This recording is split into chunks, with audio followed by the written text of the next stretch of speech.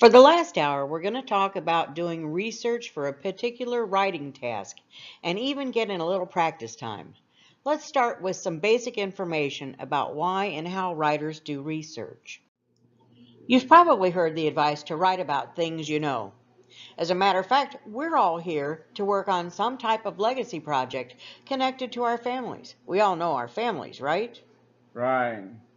It doesn't mean we don't have to do research, though. If nothing else, we need to do research to fact check. I'm in the process of a project putting to paper some of my mother's stories. She grew up at the Baltic Coast and was 11 years old when the war started. I find myself online checking everything from troop movements at the end of World War II to what they baked into bread to make the flour stretch. That was sawdust, by the way, and the practice began in World War I. So why do research? It lends a sense of depth and authority to your words. You may not be an expert on the subject, but you are a legitimate source of information. Once you get used to it, you'll likely find it to be personally enriching, too. I was amazed at some of the historical footage that's available on YouTube these days. I actually found footage of Russian tanks rolling through my mother's fishing village in 1945. Research can also be a great way to put on a mindset before sitting down to write. I like to immerse myself in a mood or an atmosphere and then let the words fly.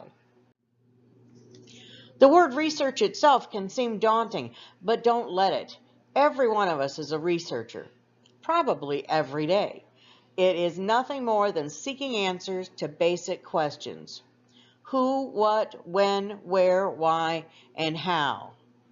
And how is the big question at this very moment. How do I research what I want to write about? Well, first you will want to look for more general information, background. Read up on your subject. If you're writing about a photo of your grandmother, start with what you know. Read about the time period, read about the location. What were the politics of the time? Read about everything you can think of and take notes about the things you find interesting. Then take those notes and head to the internet.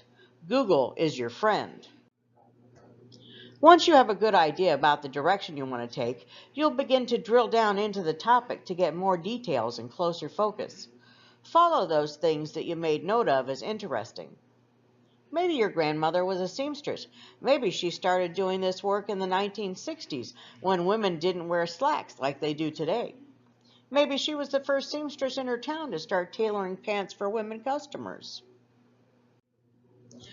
Pick one or two key details that have the greatest impact on your topic and really shine a spotlight on them.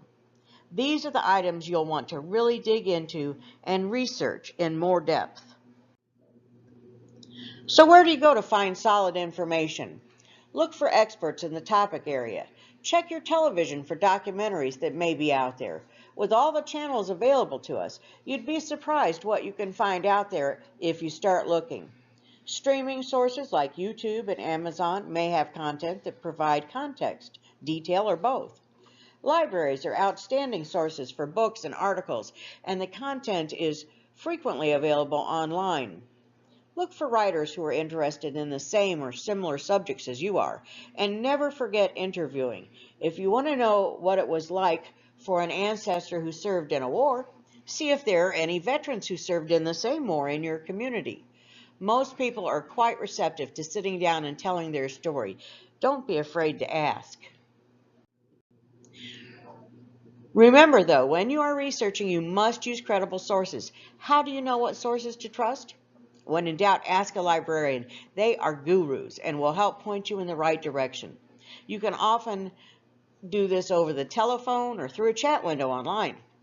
There are some sources you can always trust: universities and other institutions of higher learning, library reference departments, historical societies, and governmental records.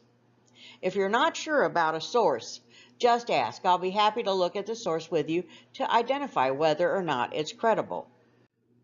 Finally, make the process enjoyable. I can't tell you the number of times I've gone looking for the answer to one very precise question and realized 3 hours later that I got caught up in reading about something interesting.